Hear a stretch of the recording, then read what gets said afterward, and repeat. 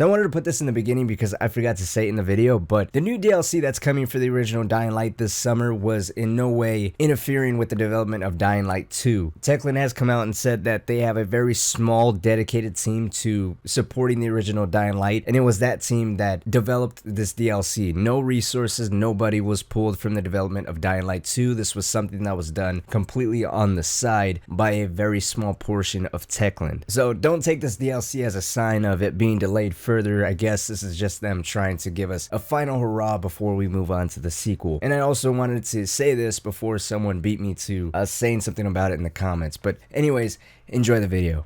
Man, just when you thought Dying Light was ready to be put to rest and we were ready to move on to the sequel, Techland comes out with a complete bombshell. So if you guys haven't heard, earlier today, Dying Light's official Twitter and YouTube channel put out an announcement trailer for a brand new piece of DLC. This is not a timed event or a limited event. This is actually going to be a full-blown DLC with rumors about it being a paid-for DLC with a brand new map, new weapons, and new enemies to go up against, which we'll talk about in a second because those ideas aren't exactly far-fetched if you understand why this is kind of such a big deal and it's just not another piece of DLC. If you haven't seen the trailer, I'll link it down below. It doesn't really show all that much. All it shows is a little pentagram pop up and then it gets replaced by an arcade machine that's named HellRaid, which is the DLC that's set to release in the summer of this year. And the reason why that's such a big deal is because HellRaid is actually a game Techland was working on back in 2015. It was supposed to release that same year, the same exact year Dying Light released. Ended up getting a trailer or a couple trailers, an E3 reveal, and some gameplay. Then as it got closer and closer to its release date, we just heard less and less about it until ultimately it disappeared altogether, almost exactly like another zombie game I know of. Now if I'm being completely honest here, I had no clue this game even existed. I only looked into it after this trailer for the DLC was released, but looking into the gameplay, it's pretty similar to Dying Light. The only difference I'd say, on the surface anyways, is the atmosphere, story, and instead of zombies you're dealing with skeletons. Instead of a plague or epidemic,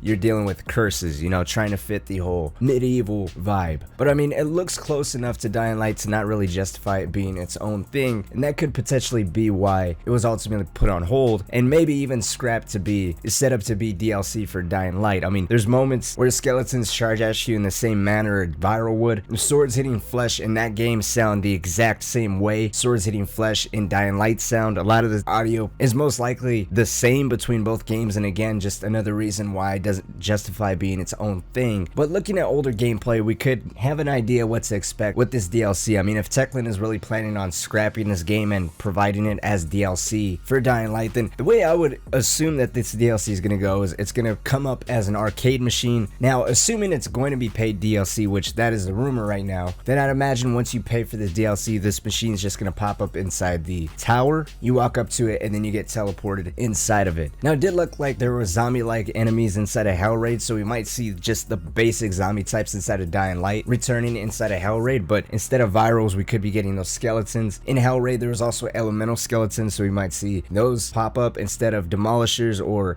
goons. We might see shielded enemies. There might be some more blueprints for shields. This Baphomet boss right here, named the Undead, looks really badass, so we might see this DLC lean more towards the demonic side of things. Instead of guns, we can't be getting those shafts. There's actually, at one point, I can't remember if it was a curse or a part of one of the shafts that the guy was using, but he was actually able to light the entire floor on fire, essentially creating a pool of lava. And honestly, it'd be badass to be able to take those type of weapons out of HellRaid and back into Dying Light. So maybe once you complete the story and you break free out of this machine, because it might have a hold on your soul once you start playing it, after beating the story, then you're able to go back into the world of Dying Light and return with all the weapons that you utilized inside of HellRaid. My only real question here is, because HellRaid incorporated things like curses, which is more on the fictional side of things, and obviously there's no such thing as a zombie apocalypse or zombie outbreak, at least not as of yet. Dying Light, besides that, does seem to be a little bit more on the realistic end. They're trying to keep things more or less non-fictional, at least compared to HellRaid. So my question here is,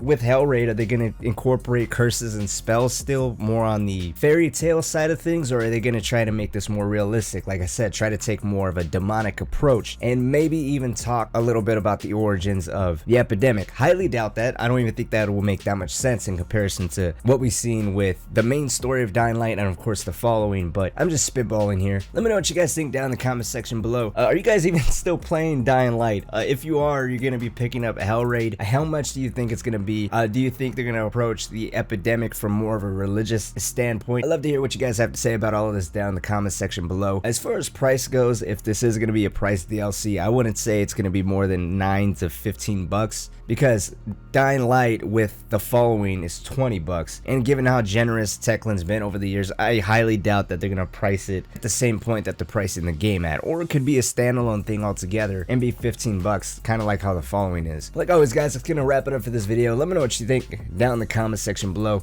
Let's talk all things Dying Light. Like always, my name is Cynic. Thank you guys so much for watching. Hopefully you guys did enjoy it, but until next time my friends, I will see you all later.